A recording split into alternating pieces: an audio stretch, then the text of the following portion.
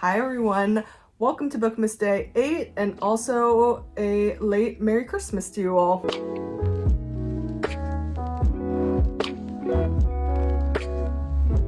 So I was debating whether I wanted to do this video because I personally love a what I got for Christmas video. I know they're not everyone's favorite videos, but I do love watching them. I love a good haul. So I landed on the idea of doing a what I got for Christmas book edition because I did get quite a few bookish things, and I still do want to preface that I am extremely grateful for everything that I got and so thankful for the people in my life who gifted me these things. Yeah, let's just jump right into this haul. I hope you enjoy it, and I hope you had an amazing holidays and you're still enjoying your holidays because I'm filming this on the 26th, so hopefully you all have some extra time off. So I guess I'll start with the things that are actually not in this bag. So I ended up getting a Indigo gift card, which I'm really excited for.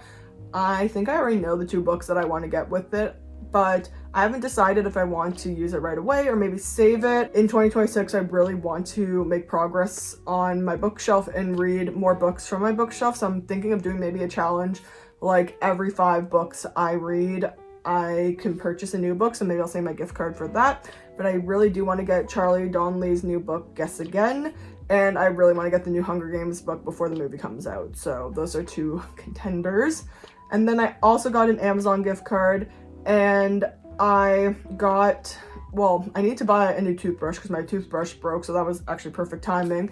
And then I saw Carly Fortune's One Golden Summer on sale for $8, and I thought that was a complete steal, which kind of brings me into my first book because I heard that, I know her books are standalone books, but I heard it was recommended to read Every Summer After before One Golden Summer, and I got Every Summer After for my mom and dad, so I'm really excited. I know this is Carly Fortune's first book, and I feel like it was a really popular book, and One Golden Summer was also really popular this year, so I'm really excited to read both of them. I might save both of them for the summertime. I don't know if any of you prefer hearing the description of the books or just looking them up for yourself, so if you don't really care about descriptions, you can skip over them, but I'll just read them for fun. For Every Summer After, it says 6 summers to fall in love, 1 moment to fall apart, a weekend to get it right. They say you can never go home again. And for Persephone, I don't know if I'm pronouncing that name right, Fraser, ever since she made the biggest mistake of her life a decade ago, that has felt too true. Instead of spending summers in cottage country on the glittering lakeshore of her childhood, she stays in a stylish apartment in Toronto, keeping everyone a safe distance from her heart until she receives the call that sends her racing back to Barry's Bay and into the orbit of Sam Florrick, the man she never thought she'd have to live without. For 6 summers, through hazy afternoons on the water and warm summer nights working in his family's restaurant, Percy and Sam had been inseparable. Especially that friendship turned into something more before it fell spectacularly apart. When Percy returns to the lake for Sam's mother's funeral, their connection is as undeniable as it has always been.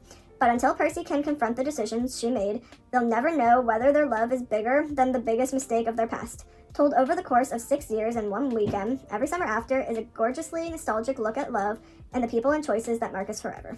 I feel like, yeah, this is going to be very summer vibes, so I might save this one for the summertime, but I am excited.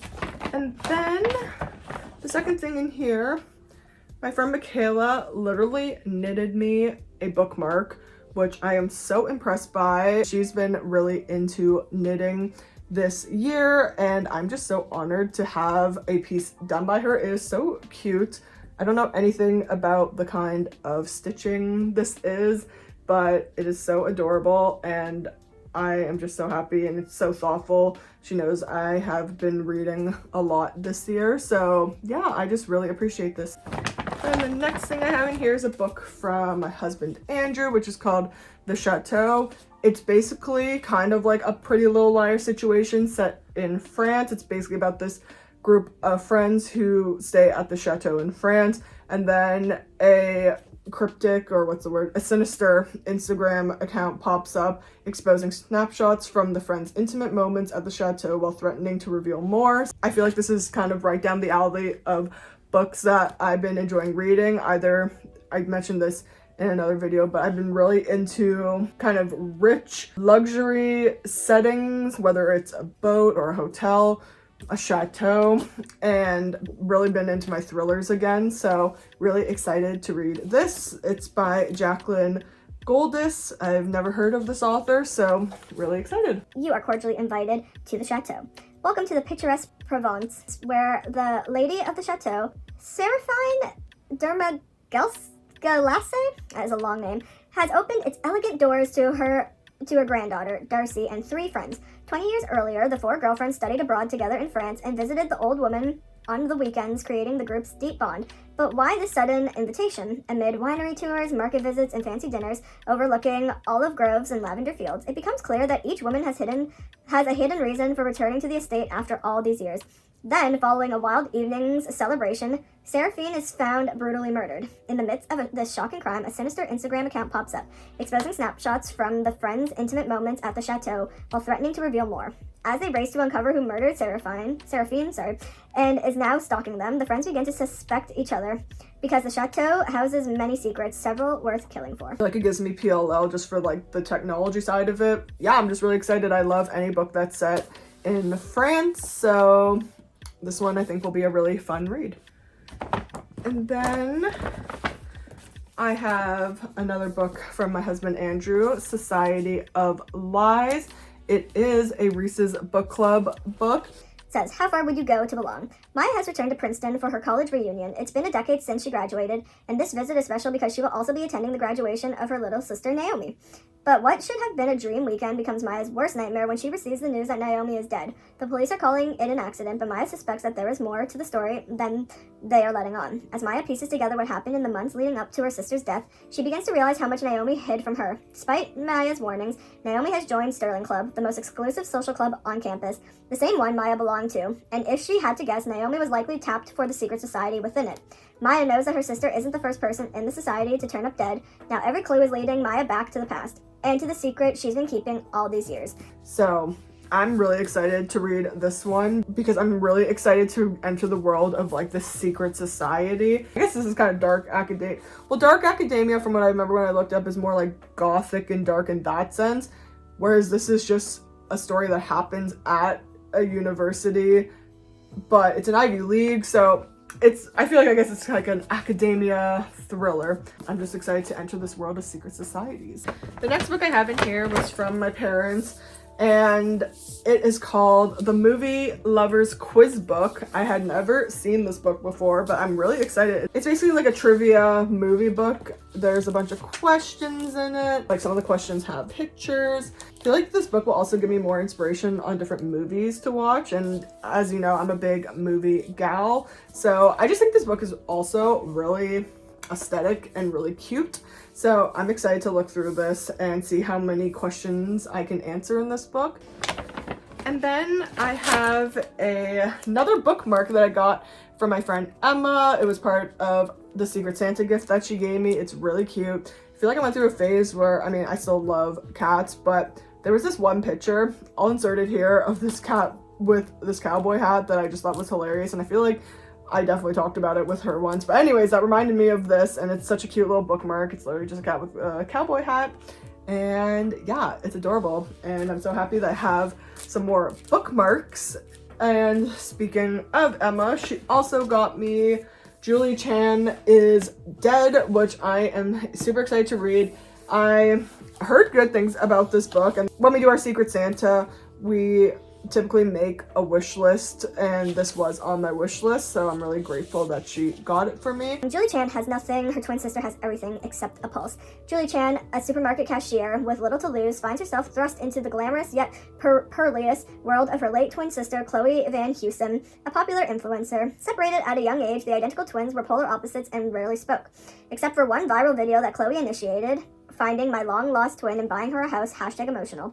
When Julie discovers Chloe's lifeless body under mysterious circumstances, she seizes the chance to live the life she's always envied.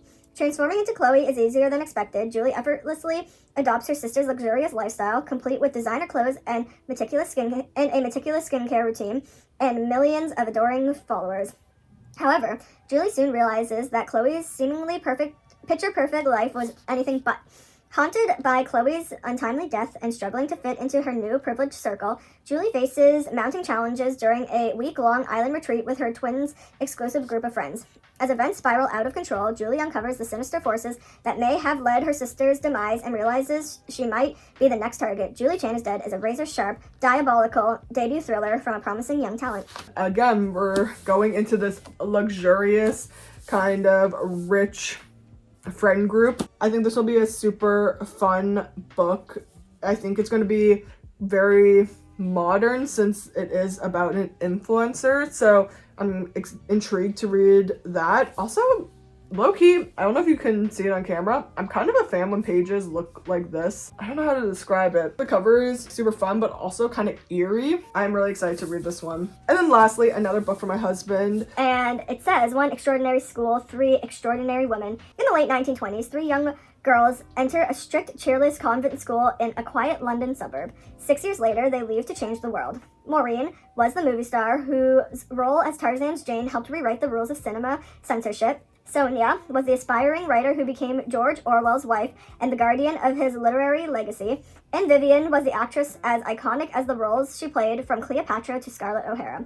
From London to Hollywood, hearts will be broken, careers will be forged, and the bonds of friendship will define the lives of the most unforgettable women in history. So I'm really excited. I feel like this is going to be very kind of old Hollywood.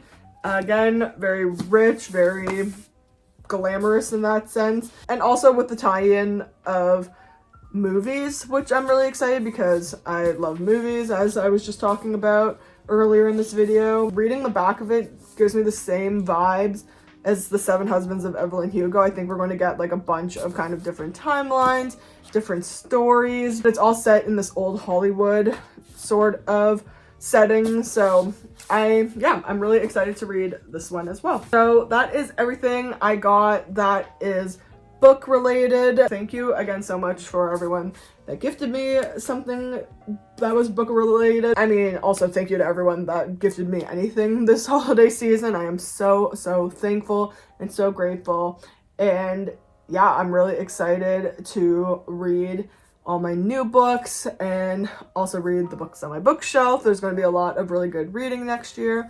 And yeah, all right. I hope you enjoyed this haul, and maybe you'll add some of these books to your TBR. Happy holidays, and I will see you for the next Bookmas video. Bye.